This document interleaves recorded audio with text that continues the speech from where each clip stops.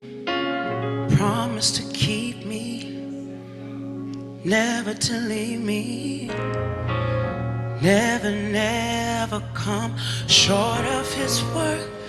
I've got to fast and pray, stay in the narrow way.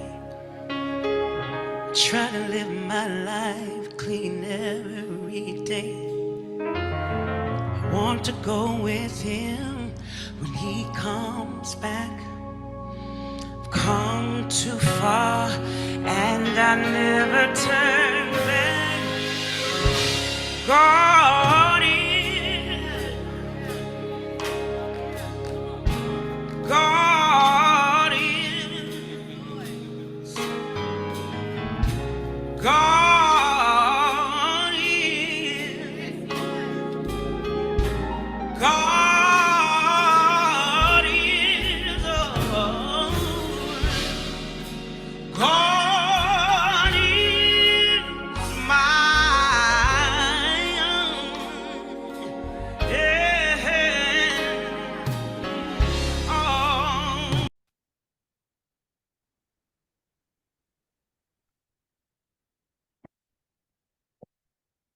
In the picture, you see the legendary James Cleveland, his daughter, and Lashone Cleveland's mother. I know for a fact that Reverend James Cleveland got advice or received advice from the legendary Mattie Moss Clark on how to start his organization and perhaps some of the rules and regulations that he's put in it as well. But the Gospel Music Workshop has really put out great music over the years. Daryl Coley did several solos during the Gospel Music Workshop. Um, that wonderful song that the women do, the Order My Steps in Your Word.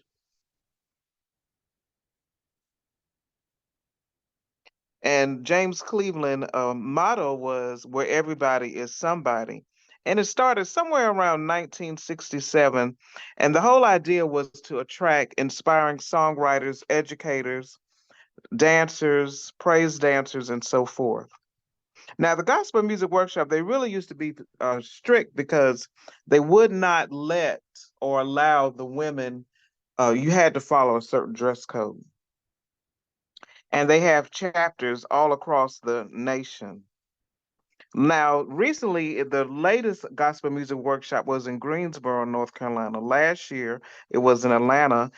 During the pandemic, they had a virtual, but they also canceled the one in 2020. And they have it in different locations um, throughout the country. But I'm not really sure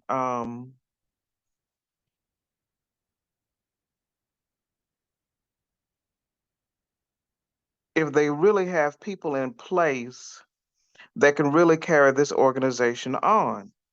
You know, a lot of people feel differently about that. Albert Jameson is the current president.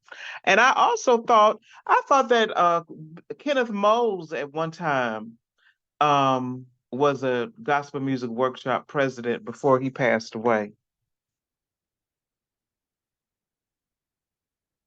But it's really, the gospel music workshop has really um, catapulted many careers of many different artists. But apparently, LaShawn Cleveland does not get the respect or the honor due to her, or perhaps they don't listen to her.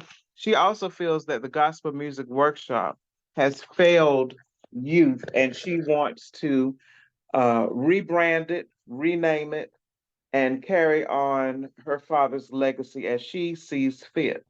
She has a website, which you saw earlier, and the conference hopefully will start next year. She had a series of videos on the social media giving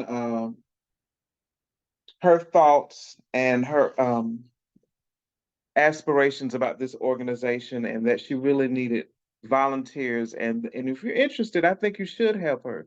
We should undergird her and help her carry on her father's legacy.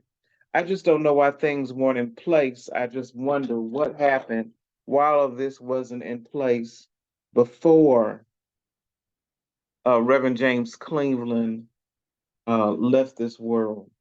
But I wish it was a way that the Gospel Music Workshop would reach out to her and build bridges with Lashone Cleveland, other than